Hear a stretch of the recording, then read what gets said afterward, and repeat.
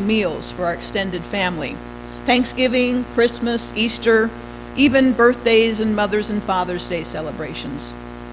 It was a particular feature of these meals that there were often more people eating than could be seated around the dining room table, even with all the leaves put in it.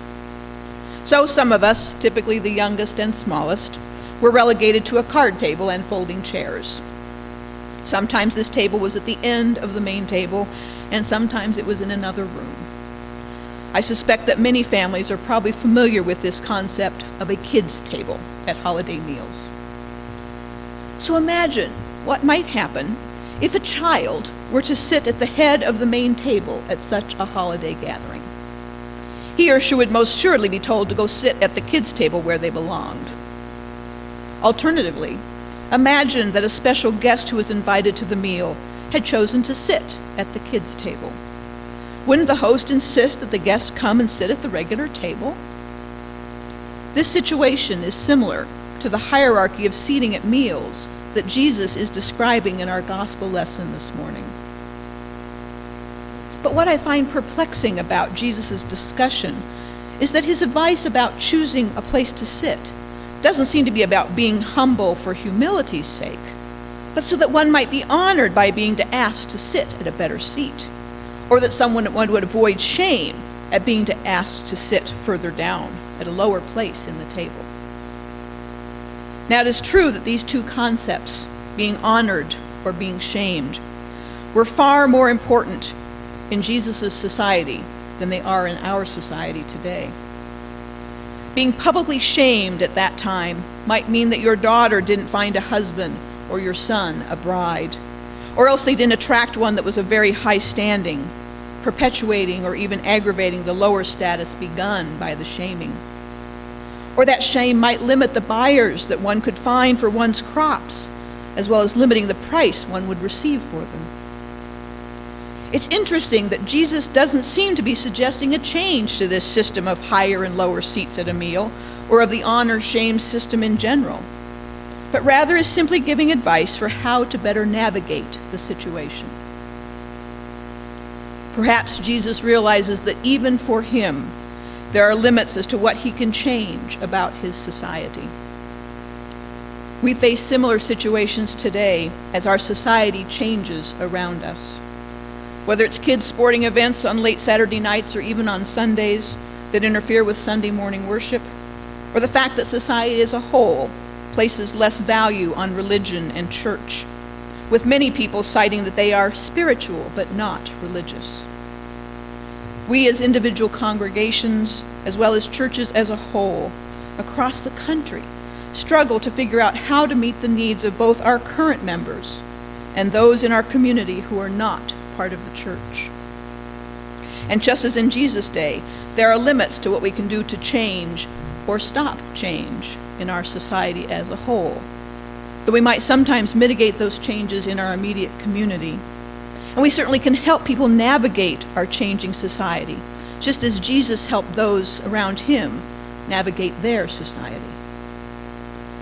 But then in the second part of our gospel lesson, Jesus does suggest a change regarding meals, perhaps not for society as a whole, but at least for those who would be his followers. When you give a luncheon or a dinner, do not invite your friends or your brothers or your relatives or rich neighbors, in case they may invite you in return, and you would be repaid. But when you give a banquet, invite the poor, the crippled, the lame, the blind, and you will be blessed because they cannot repay you, for you will be repaid at the resurrection of the righteous. So although Jesus doesn't criticize how the guests are seated at a meal, he does suggest a whole new way of determining who the guests are at the meal. Instead of inviting those who may invite you in return, thus keeping everything in balance between you, invite those who do not have the means to reciprocate that invitation. Are you really hosting a meal if you expect to be fed in return at some point in the future? In that case, what you're really doing is exchanging meals. Sort of reminds me of folks who only send Christmas cards to those who sent them cards the previous year. Jesus had a different idea. Provide a meal without any expectation of receiving anything in return. And while you could try to do this with those you know, you can be assured of there being no invitation in return by only inviting those with no means to invite you back. This instruction by Jesus is not limited to meals.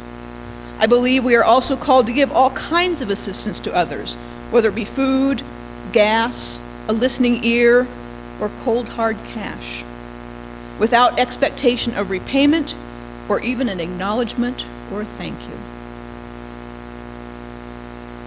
Yet I think there is still another level to this scenario that Jesus has laid out for us. It is this: God is the one giving the banquet, and we are the ones being invited to partake of that feast, and we do not have the means to repay the invitation.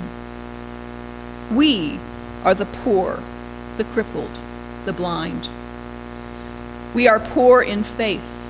We are crippled by sin. We are blind to the needs of others. The feast is the Lord's Supper, and in it we receive the body and blood of God's only begotten Son. We can never repay that. But through these gifts, we are nourished and cleansed. We become healed and whole, and we are sent back into the world, beggars, showing other beggars where to find the food of eternal life.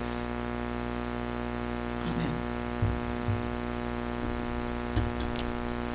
Would you please stand as you are able for our hymn of the day, number 500.